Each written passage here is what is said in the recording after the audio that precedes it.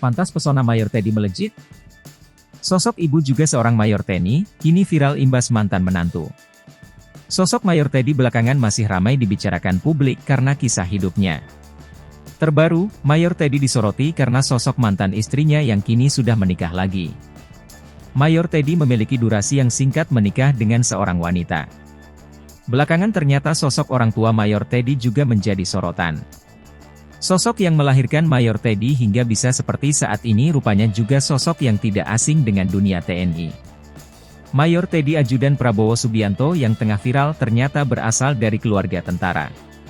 Karir cemerlang Mayor Teddy di militer rupanya karena ia mengikuti jejak kedua orang tuanya. Ayah dan ibu Mayor Teddy merupakan pasangan TNI dengan pangkat yang cukup mentereng. Ayah Mayor Teddy adalah Kolonel Infanteri Purnawirawan Giono dan ibunya adalah Mayor Caj. K. Patris Era Rumayan.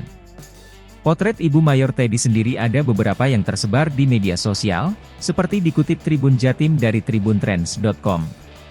Dalam akun Instagram fanbase Mayor Teddy, terdapat satu foto di mana ia berpose dengan ibunya.